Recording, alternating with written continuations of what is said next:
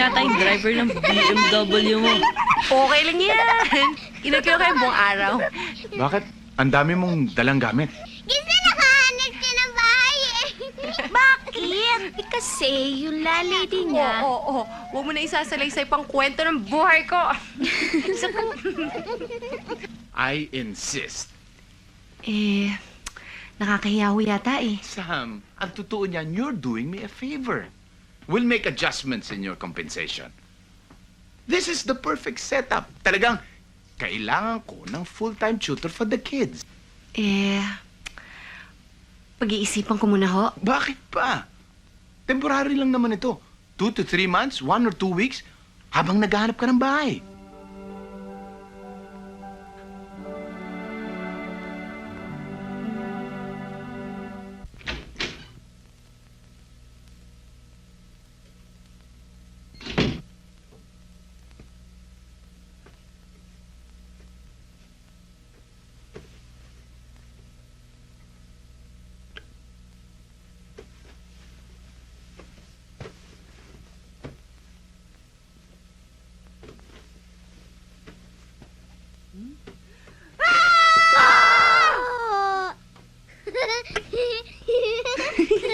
Ikaw talaga, tinangkot mo ako.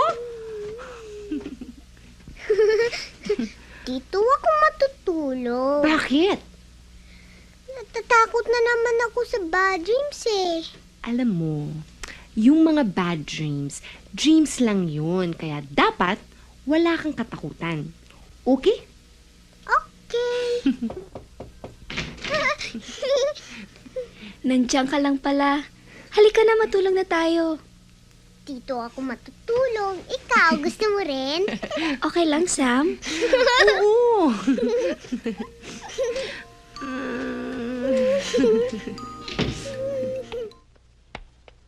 Naku, ang gaganda ng mga bata.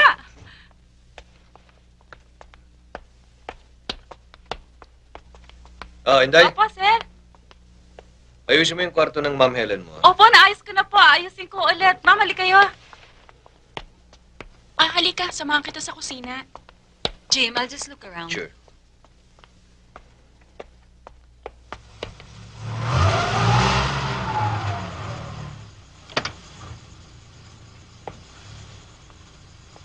Mama, hintayin niyo ako. Sige.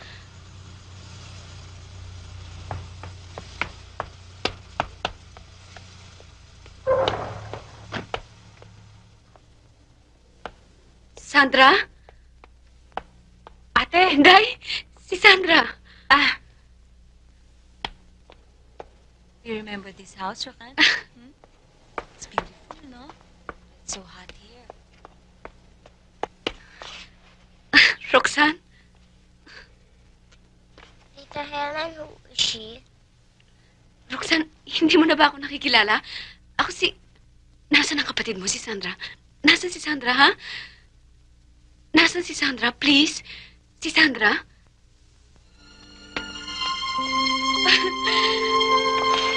Naku. Sandra, ang laki-laki mo na. Kiss naman sa mami, oh. Alam kong hindi mo na ako makilala. Matagal na tayo hindi nagkita. Hindi mo na matatandaan ang mami. Pero, Sandra naman. Helen, agad mo sa... Sige naman, please. Jim, teka muna. Somebody, she's crazy. No, Sandra! Teka muna, Jim. Anak ko yan. Shut up! Anak ko yan. Halika! Bakit ba? Gusto tayo rito. Hindi! Bakit ba nilalayo mo sa akin ang anak ko? Hindi ako papayag! Wala sa mga papeles na pinirmahan ko na ihihiwalay mo sa akin si Sandra. Jim, alis na muna ako. Sige, thank you. Pag-usapan yung mahusay yan, ha? Sige, Christy. I'll see you at the office Okay. tomorrow. Kanina pa naghihintay ang taxi.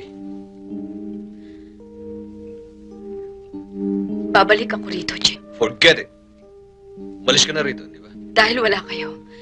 Pero hindi ko isinusuko ang karapatan ko sa bata. Christy, gusto mo bang isa-isahin ko sa'yo ulit? Nung pumirma ka, sumuko ka na.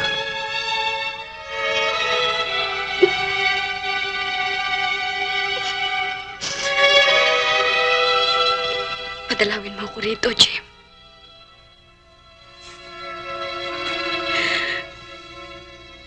Ngayon ako muling nakikiusap sa'yo. Payagan mo akong pumunta rito. Malis ka na.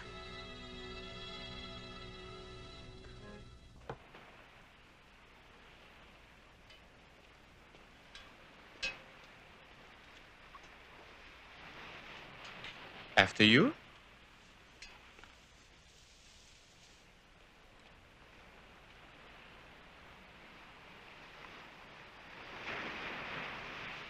Oh, I'll see you later. Okay, take care.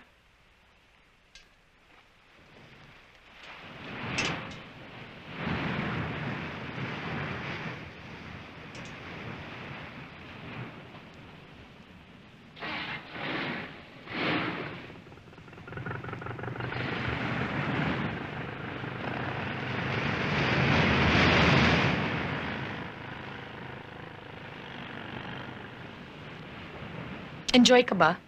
Oo, ang ganda-ganda nitong lugar na ito, no? Buti ka pa.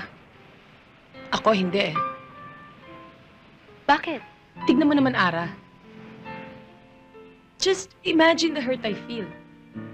May boyfriend ka nga, pero committed naman siya sa iba.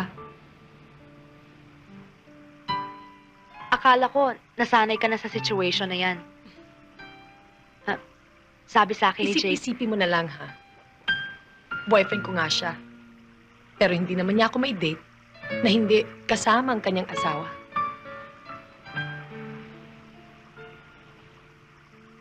Mahal na mahal kong lalaking yan.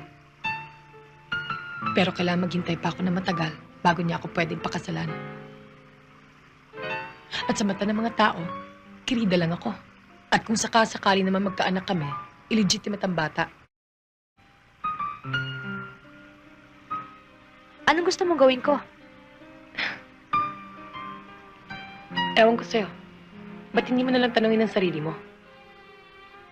Hindi kita inaaway, Ara, ha? Hindi kita aawayin. Pinipilit kong intindihin ang kalagayan mo.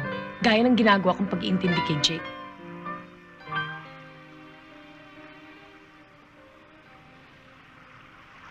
Huwag mo nalang sabihin kay Jake na ibinuhos ko sa'yo yung lahat ng sama ng loob ko, ha?